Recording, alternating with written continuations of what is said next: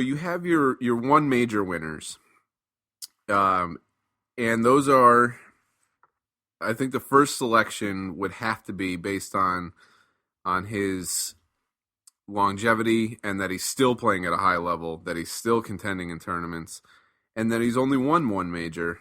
So I have Jim Furyk, and if Jim Furyk was anything to that team, he'd probably be a playing captain by now.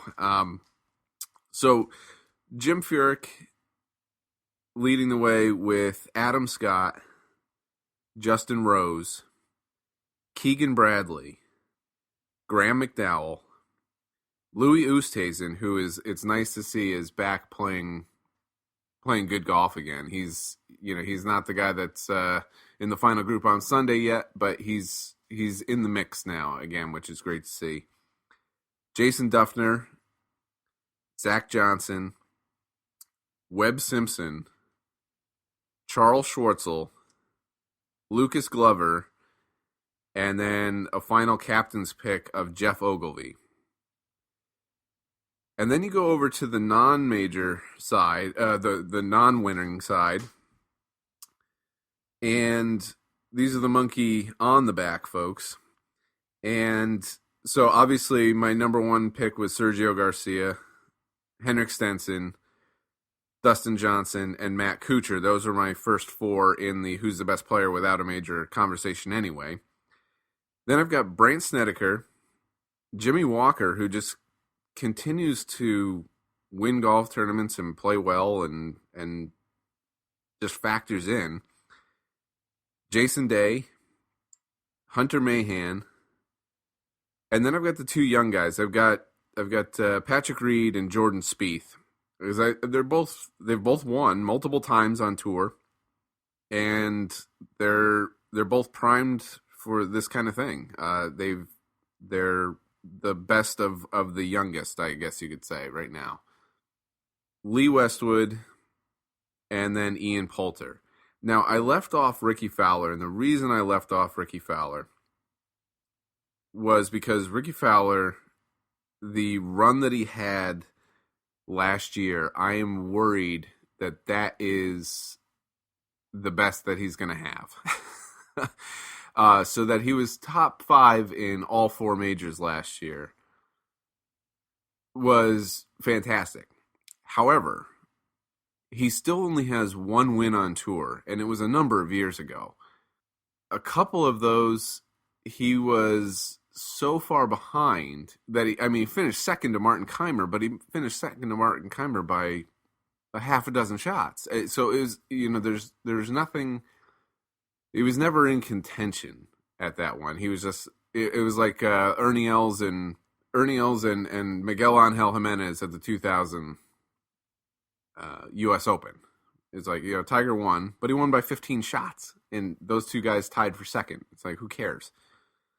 So that's the same thing that I'm seeing with Ricky Fowler, is that, the PGA, he had his chances that Rory ended up finishing up in the dark and winning. He had his chances, but then when it really came down to crunch time, that one tee shot went so far right, I just couldn't do it. I couldn't see it where it was going to get any better for him. And that was the last taste that he had in his mouth of a major championship from last year, was the one where he was in contention, and then he put himself with one swing, essentially. He kind of put himself like right out of it. So when we're looking at those teams, though, it's really interesting. I'm looking at you've got Furyk, Scott, and I guess Justin Rose is playing okay. Keegan Bradley's actually coming back nicely. Louis Oosthuizen is coming back nicely. Zach Johnson just seems to kind of plod along. But you've got Graham McDowell, who I haven't heard from in a long time. Jason Duffner, who I haven't heard from. He's obviously had some issues there. Webb Simpson is another one. I don't even know what he was doing on last year's Ryder Cup. Charles Schwartzel pops up every now and again, but I don't know. He still seems to have a Masters hangover or something like that from 3 years ago. But and then Lucas Glover's actually been playing some decent golf, and Jeff Ogilvy was the next closest guy that I could find that's a current player with one major win that fit into this category. I mean, the other one would have been Darren Clark, but it's like he's even further away from making this list, I would guess. I mean, you want to talk about a major hangover. That one's been going on for about 3 years too. But that more in a literal sense, alcohol induced. But and then I go over to the other side, and I've got Sergio Garcia again, contending, playing well, showing up in tournaments, playing, like I said, playing at a high level. Maybe not winning, but I mean, in general, think of it this way though. It's like, golf is so like fleeting, I suppose you could say, that your game is so fleeting that the idea is that if you're playing consistently well, then you need to be considered one of the top players. I mean, look at Luke Donald a couple of years ago. He ascends to world number one, and I think he had won one time. He just had a lot of close calls or what have you. And he was playing consistently well. He was playing at a high level. I left him off my list too because he just seems to have disappeared. I just don't see him very much anymore. Henrik Stenson, probably at right now, it's between him and Dustin Johnson, who's the next guy in line as far as the guys who look like they have the strongest game going of the non-major winners. Matt Kuchar, I'd take him any day if I needed a guaranteed top 10 pick, right? I'll take Matt Kuchar. Brant Snedeker's a winner this year. Jimmy Walker's a winner this year. Jason Day's a winner this year. Hunter Mahan, I haven't seen much of. I don't know what happened to him, but he's got a great record as far as he's contended in a couple of these things. And then he's also got wins on tour. Patrick Reed is an obvious one because of his number of wins in such a short time frame, and then that he seems to have that the bigger the moment, I want that opportunity kind of attitude. Jordan Spieth, I can't say enough about. Jordan Spieth it's unbelievable, this kid. He needed to get a win so he would secure FedEx Cup points and a tour card and all that sort of stuff, and he got it. And then he wins in Australia at the end of 2014 with Rory McIlroy saying the 62 that he shot, McIlroy didn't even think that score was out there to be had, and Spieth goes out there and shoots it. Blew away the field at Tigers tournament, and then makes that unbelievable clutch putt last week to win in the playoff with Sean O'Haire and the aforementioned Patrick Reed. And then I rounded it out, like I said, that Ricky Fowler was weighing on my mind. Lee Westwood is still playing well enough, and I can't. The number of wins that he has total in his career, and close calls at majors and that sort of thing, I couldn't leave him off the list of, I was taking 12, just like a Ryder Cup, I was taking 12 on a side. And then Ian Poulter, I think is one of those guys that he's another one like Kuchar. He's on that list, and I think he's just going to permanently stay on that list as far as a guy that is a great player, but maybe he's just not going to win enough. It'll never be Ian Poulter, the Ryder Cup guy, that you see out there in stroke play. But I'm looking at that again. I'll just run through it one more time. The folks with one major win, I've got Jim Furyk, Adam Scott, Justin Rose, Keegan Bradley, Graham McDowell, Louis Oosthuizen, Jason Duffner, Zach Johnson, Webb Simpson, Charles Schwartzel, Lucas Glover, and Jeff Ogilvy, versus the team of Sergio Garcia, Henrik Stenson, Dustin Johnson, Matt Kuchar, Brant Snedeker, Jimmy Walker, Jason Day, Hunter Mahan, Patrick Reed, Jordan Spieth, Lee Westwood, and Ian Poulter. As I go through that list, as I was jotting it down, I'm looking at that. I would take the folks who have the monkey on the back, the folks without a major win, I would take that team in a heartbeat.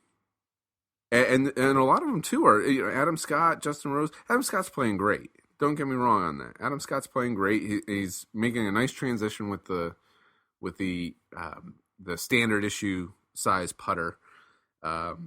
Justin Rose didn't win his major up until not too long ago.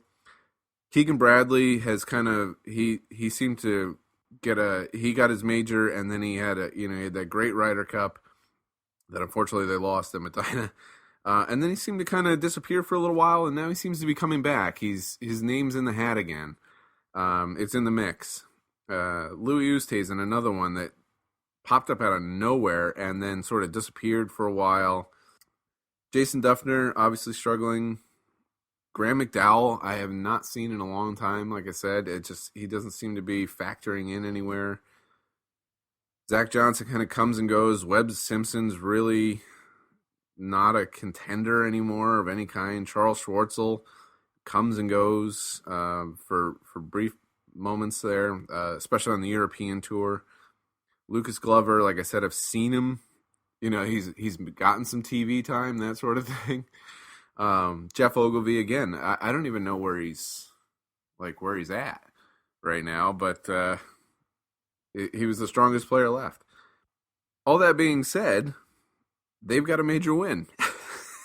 And the folks on the other side of the fence don't.